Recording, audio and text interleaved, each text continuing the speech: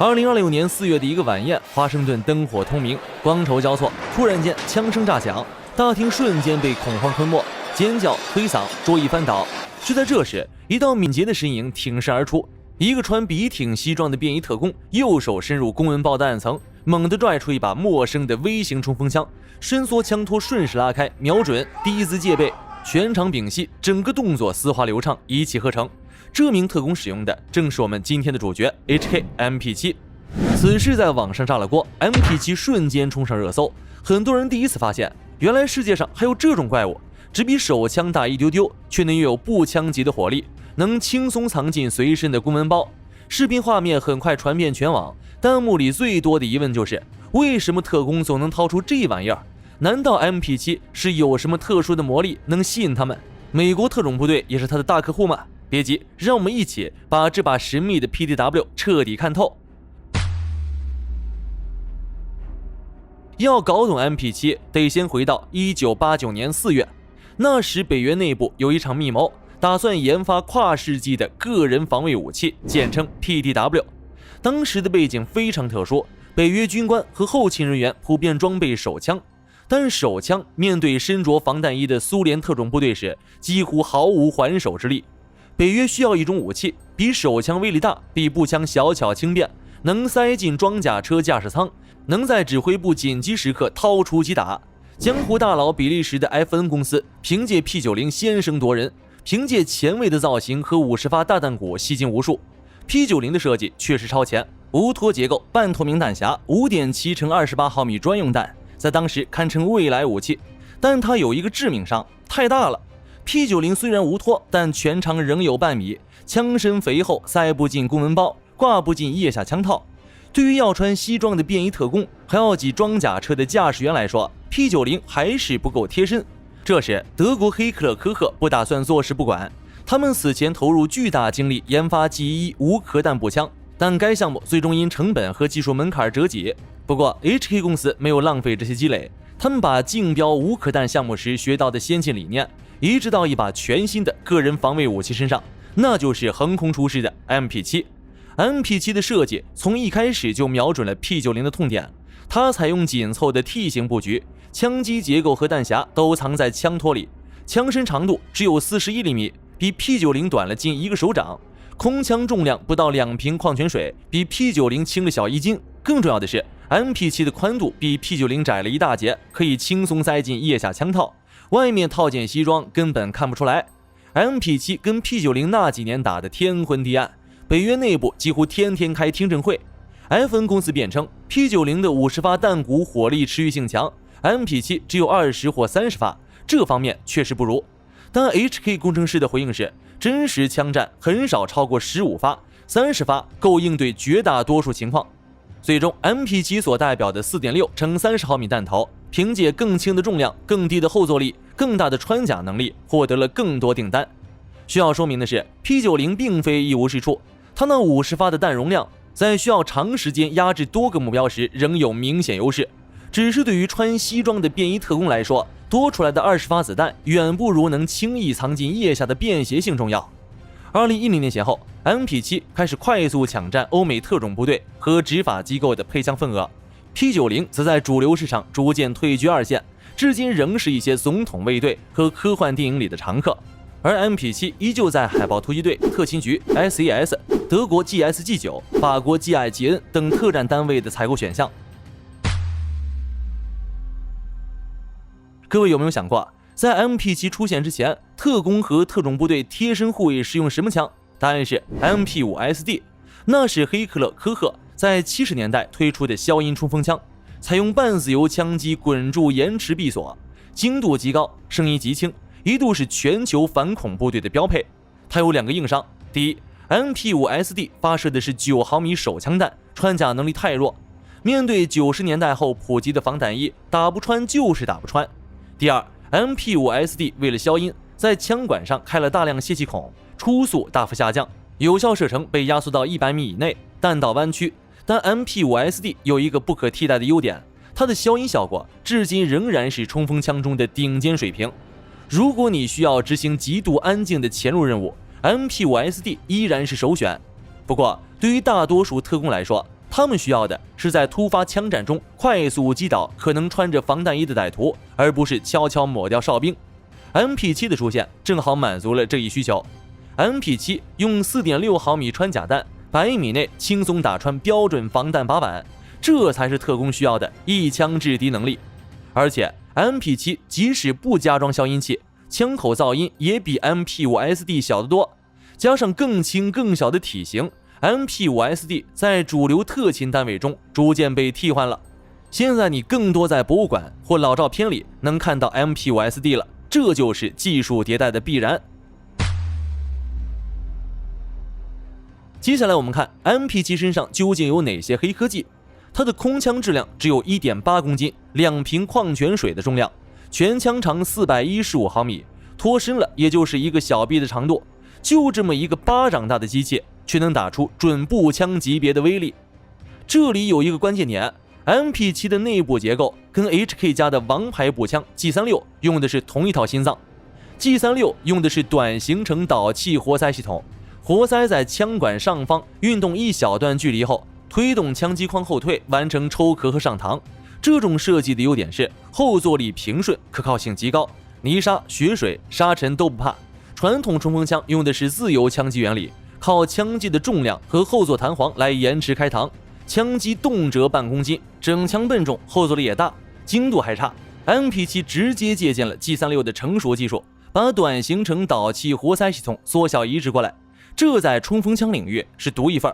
一把冲锋枪用了步枪的自动原理，意味着它的可靠性、精度、后座控制都远超传统自由枪击冲锋枪。它使用 4.6 乘30毫米专用弹，初速超过2倍音速，弹头轻，速度快，穿透力惊人。在100米之内，它能怼穿标准北约软质防弹靶板，而普通9毫米手枪弹面对现代防弹衣往往只能挠痒痒。而且 MP7 的有效射程不是普通冲锋枪的几十米，它的极限是在200米距离上，仍然能保证足够的精度和 60% 以上的穿甲能力。950发每分钟的射速形成恐怖弹幕，一旦扣住扳机不撒手，几秒之内对面就跟纸糊的没两样。如果你玩过射击游戏，一定对 MP7 不陌生。游戏里它被设定为高射速、低后座、近距离神器，现实中它比游戏里还要离谱。大家可以脑补一个场景，暗处的歹徒扛着 AK， 以为自己是战神，但对面3-5个西装男瞬间拔枪，哒哒哒，一秒几十发压制。枪响之前，歹徒手腕就已经被灌满 4.6 毫米弹头，这就是职业特工的火力保障。海豹突击队第6小队在2011年的海参之矛行动中猎杀本拉登时，除了主武器，不少人还额外带了一支 MP7 作为备用。为什么？因为突袭的建筑物内部空间极其狭窄，楼梯陡峭，房门狭小，标准的 M4 卡宾枪转身都困难。遇到这种情况，和手枪差不多大小的 MP7 就是那个救命稻草。不过任何武器都有短板， MP7 也不例外。它的 4.6 毫米弹头虽然穿透力强，但弹头质量很轻，只有2克左右。相比之下，9毫米手枪弹头重7到8克。轻弹头带来的问题就是停止作用不足。什么意思啊？就是子弹打中目标后，如果对方穿着重型防弹插板，或者子弹只是擦过肢体，可能无法立刻让敌人失去战斗力。普通9毫米空间弹打中躯干会产生巨大的空腔效应，让人瞬间丧失反抗能力。而 4.6 毫米穿甲弹更多是钻个洞，如果没命中要害，对方可能还能继续还击，不过它的高射速弥补了这一点。另外MP7 的穿透力在距离超过150米后会明显下降，200米处的实际穿甲能力并不能轻松撕开所有的软质防弹衣。同时 MP7 的枪身太短，底肩射击时瞄准基线也短，对于新手来说100米外精准射击并不容易。 4.6 毫米弹药至今没有被北约完全标准化，供应链不如9毫米那么普及，一旦弹药补给跟不上，这把枪就成了废铁。所以 MP7 不是万能钥匙，它最适合的场景是便衣特工在人群密集区域需要隐蔽携带，并且在50到100米内快速击倒穿着软质防弹衣的单个或少量目标还可以。但是如果是重型防弹插板的精锐部队，在数百米外精确射击或者需要极强的停止作用的场合，那 MP7 就不够用了。说完西方的王牌，再看看俄罗斯同类武器的水平。俄特种部队的主力冲锋枪是 PP2000，由图拉 KBP 仪器设计局生产，外表科幻，但内核是传统的自由枪击原理，发射9毫米手枪弹。面对现代防弹衣，它的穿甲能力明显弱于 MP7。俄方还有一款 SRIM Whisky 专为特工设计，能发射专用的9×21毫米穿甲弹，但是它的长度和重量都大于 MP7，弹匣又厚又重，导致重心靠前，操控性不如 MP7。俄罗斯还有更老的 PP91 Kinda，70年代的设计，发射9×18毫米马卡洛夫弹，穿甲能力几乎为零。客观地说，俄方这些武器并非不能用，他们在低烈度反恐和近距离压制无甲目标时仍有效，但在面对穿着现代防弹衣的对手时，差距就显现出来了。MP7 的设计思路是把体积、重量、火力、穿甲4项指标同时做到极致，而俄方同类型武器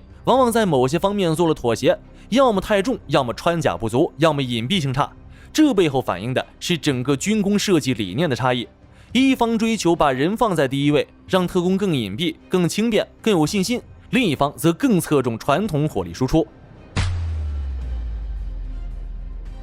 那把震惊白宫晚宴的 MP7，在特工手里只露出了一瞬，但却足以震慑所有蠢蠢欲动的袭击者。特勤局特工随身配备 MP7，弹匣有20发和30发两种。当危机爆发时，特工可以在敌人没来得及换弹匣之前，把密集的火力倾泻出去。这便是今天为何需要 MP7。那些身穿燕尾服的主角们不能扛着笨重的突击步枪招摇过市，但危机面前又需要步枪级的压制火力。MP7 正好填补了手枪与冲锋枪之间的火力断层，给特工们安装了隐身战衣。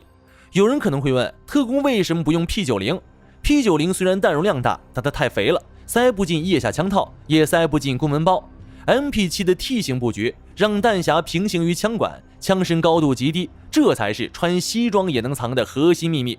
更重要的是， MP7 在200米内的特种作战能力是任何对手都无法忽视的。各位设想一下，晚宴现场突然遇袭，特工的第一要务不是消灭所有敌人，而是用压倒性的火力压制住危险，然后掩护 VIP 快速撤离。压制距离往往在几十到100多米，这个距离 P90 的5.7毫米弹虽然也能打，但枪身太宽，从公文包里拔出来至少慢半秒，半秒足以决定生死。MP7 可以从容地从腋下抽出，一个转身，20发子弹已经在3秒内打完，弹道平直，打到100米外的掩体后，对方连头都不敢抬。这就是200米内特种作战的真实含义，不是让你去狙杀1000米外的目标，而是让你在任何一个城市角落、任何一个建筑楼层，都能用最快的速度把最密集的火力倾泻到最危险的敌人身上。所以，无论是在海参之矛的最前线，还是在白宫晚宴的顶级安保， MP7 始终静悄悄地待在公文包和腋下枪套内。